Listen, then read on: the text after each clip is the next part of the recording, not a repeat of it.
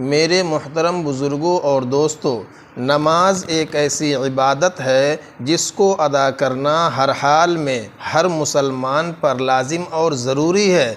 लेकिन 3 औक़ात ऐसे हैं जिसमें हर किस्म की नमाज ममनू है, चाहे फ़र्ज़ नमाज हो या नफिल नमाज हो, अदा नमाज हो या क़ज़ा नमाज हो।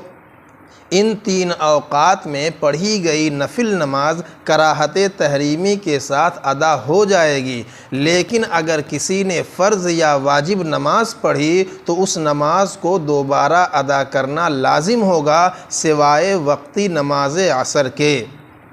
यानी अगर किसी ने असर की नमाज नहीं पढ़ी थी कि सूरज गुरूब होने को हो गया और सूरज में पीलापन आ गया, अब जल्दी से किसी ने नमाज असर शुरू की, लेकिन नमाज मुकम्मल करते करते सूरज गुरूब हो गया, तो कराहत के साथ नमाज अदा हो जाएगी, लेकिन इतना ताख़ीर करना गुनाह है।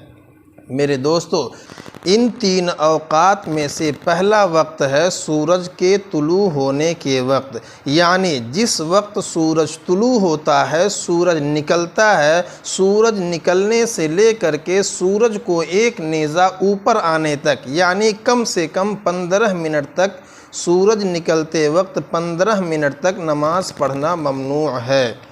इसी तरीक़े से ज़वाल के वक्त, ज़वाल का वक्त उस वक्त को कहा जाता है जब सूरज बिल्कुल सर पर पहुंच गया हो, उस वक्त हर चीज़ की परछाई दिखाई ना देती हो, यानी बिल्कुल सर के ऊपर सूरज पहुंच जाए, उस वक्त भी नमाज पढ़ना ममनू है। फ़ुक़हाए किराम ने लिखा है कि जब सूरज बिल्कुल सर पे पहुंचने लगे तो पहुंचने से 5 मिनट पहले से लेकर के और सूरज ढलने के 5 मिनट बाद, यानी टोटल 10 मिनट तक नमाज पढ़ना ममनू है।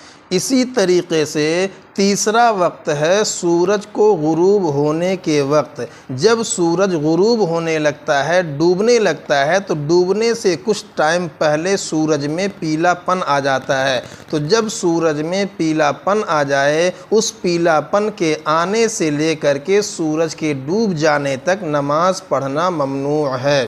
मेरे दोस्तों, अगर किसी ने असर की नमाज ना पढ़ी हो और सूरज में पीलापन आ जाए तो उस दिन की असर की नमाज आदमी पढ़ सकता है, लेकिन उसके अलावा नमाज नहीं पढ़ सकता। इन 3 औक़ात के अलावा 2 औक़ात ऐसे हैं, यानी 2 वक्त ऐसे हैं जिनमें नफिल नमाज पढ़ना भी मकरूह तहरीमी है। सबसे पहला, सुबह सादिक़ से लेकर के सूरज के निकलने तक। सुबह सादिक, जब सहरी का वक्त ख़त्म हो जाता है, उस वक्त से लेकर के सूरज के निकलने तक, यानी नमाज फ़ज्र का वक्त शुरू होने से लेकर के इशराक़ का वक्त होने तक कोई भी नफिल नमाज हम नहीं पढ़ सकते हैं। इसी तरीक़े से दूसरा वक्त, असर की नमाज अदा करने के बाद सूरज गुरूब होने तक हम कोई भी नफिल नमाज अदा नहीं कर सकते हैं। किसी ने फ़जर की सुन्नत अदा कर ली, उसके बाद ये सोचने लगा कि हम कुछ नफिल नमाज एक्स्ट्रा पढ़ लेते हैं, तो मेरे दोस्तों मना है। असर की नमाज किसी ने अगर अदा कर लिया है तो ये सोचे कि असर की नमाज अदा करने के बाद मगरिब तक हम कुछ नफिल नमाज पढ़ लें, तो ये भी मना है। असर की नमाज के बाद भी कोई नफिल नमाज नहीं पढ़ सकता है। अगर कोई शख्स फ़जर की सुन्नत अदा करने के बाद कुछ नफिल पढ़ना चाहे, यहाँ तक कि तहियतुल वज़ू ही पढ़ना चाहे, तब भी तहियतुल वज़ू भी नहीं पढ़ सकता। यहाँ तक कि फ़जर की सुन्नत और फ़जर की नमाज के अलावा कोई नमाज नहीं पढ़ सकता। सारी नमाज़ें ममनू हैं, मना की हुई हैं।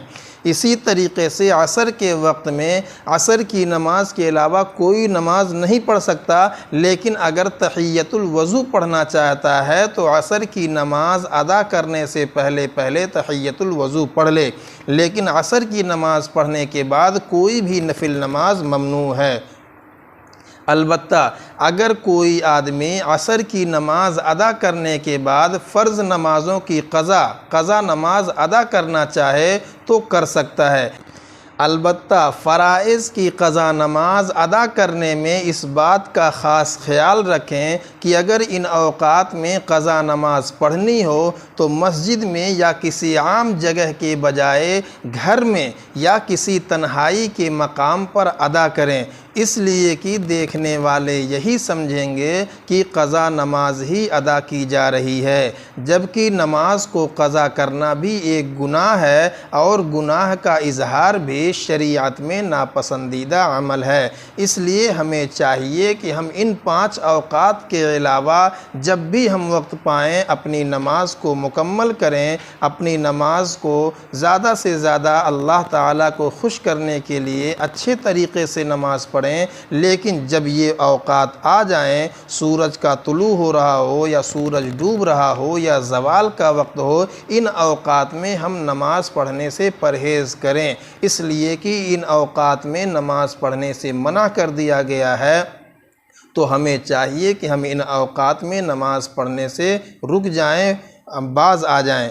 और जो 2 वक्त है, सूरज सुबह सादिक़ से लेकर के इशराक का वक्त जो फ़जर का वक्त है, उस वक्त भी हम कोई नमाज ना पढ़ें सिवाय फ़जर की सुन्नत और फ़जर की नमाज के। और असर की नमाज अदा करने के बाद भी सूरज डूबने तक हम कोई भी नमाज ना पढ़ें। अल्लाह तबारक व तआला अमल करने की तौफ़ीक़ अता फ़रमाए। आमीन।